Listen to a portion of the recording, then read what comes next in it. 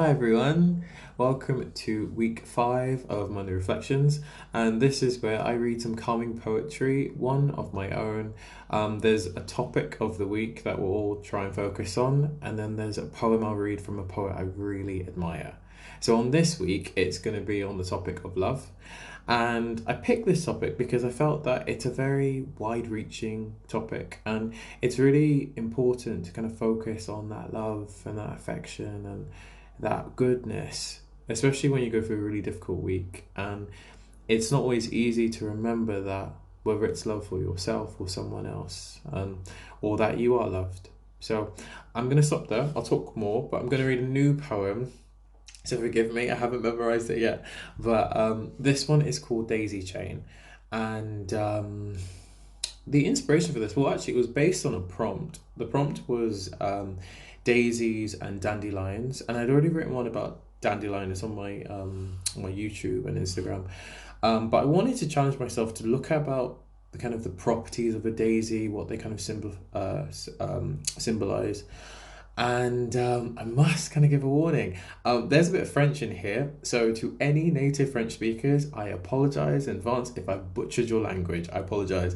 But yeah, I'll dive in.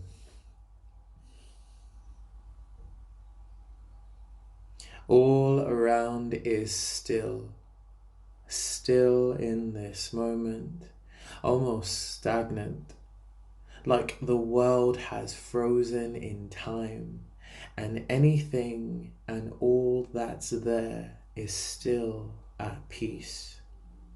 Lost in the garden, the sun emblazoned in the sky warms my skin, sets it ablaze.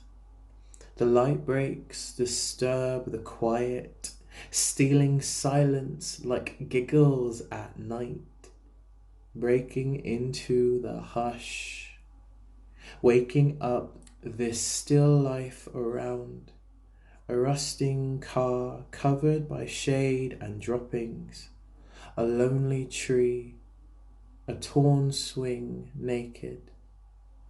I still slumber for the stillness of birdsong rippling around in sounds of chirps through the air, while the sky is mellow, calm in its azure, a cerulean quality. Let's play with the flowers, you say, holding, picking any wild flowers, their smell enter into my nostrils. I taste the tang and roll my eyes. You start to make a daisy chain with the others. You look beautiful. I gave you daisies, you gave me kisses, and I begged for more. Efulia la Marguerite. He loves me. He loves me not. To what extent? Un peu? Beaucoup? He loves me like how the grass bends and leans. He loves me like the tan line scorched on his skin. He loves me, then he loves me pas de tout. But I am just intoxicated with you. Mais je suis juste ivre de vous. Tu me plais. I like you. Eating pick and mix, humming an 80s power ballad. I just like you. Thank you. Um, yeah, and it's funny because I did research about that game, like the Daisy game, He Loves Me, Loves You Not, and apparently that's French. So I thought it would be really interesting to add some French in there. So that's the first time doing that. But yeah, so back on the topic, and I thought this week it's really important to kind of remember that love, and um, and it's one of those words that it means so much. Like it could be love for your family, love for your friends, your community. And I think it's really important to also even have love for yourself.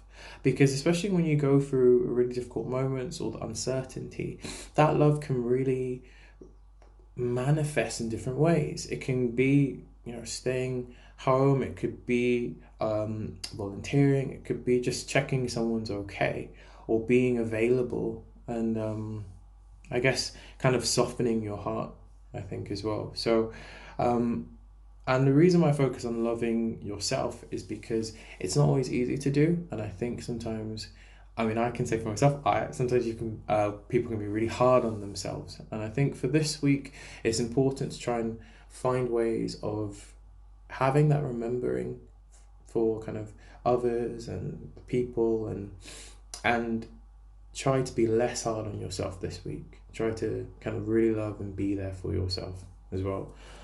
Yeah. So the next poem I'm going to do is one by a poet I really admire, and her name is Cathi Rae, and she has this book called Your Cleaner Hates You and Other Poems, and I saw her.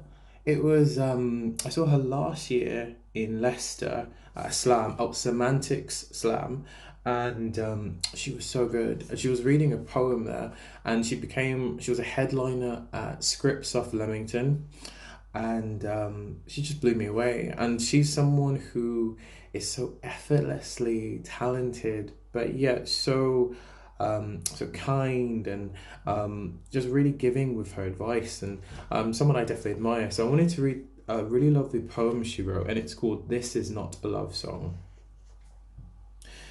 This is not a love song, but you make art and music and good bread.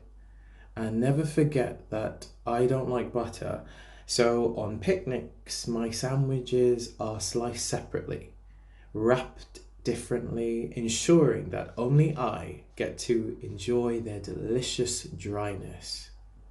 And this is not a love song. But as a DJ, you kept your head down, Mujahideen hat just visible above the decks.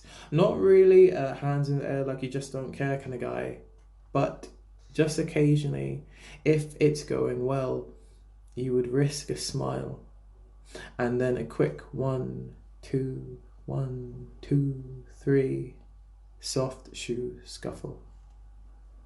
And this is not a love song. But when my daughter was tiny new, you held her, fitting perfectly into your cupped palms. Not a father, never a father, bound to her with ties other than blood, maybe better. And this is not a love song, but you learnt to slow down, to keep pace with your father. Learnt to bite back irritation when you have to have the same conversation for the third or fourth time today. Learnt to cook meals where the meat and vegetables are clearly delineated on the plate. And this is not a love song.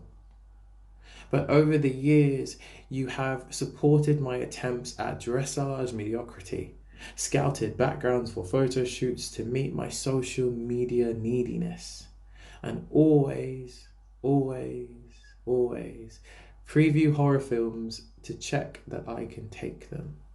And this is not a love song, but this is not a love song. So thank you all for watching and listening, and once again, hope you all stay safe, stay tuned, and I will see you next Monday for another Monday Reflections. Bye.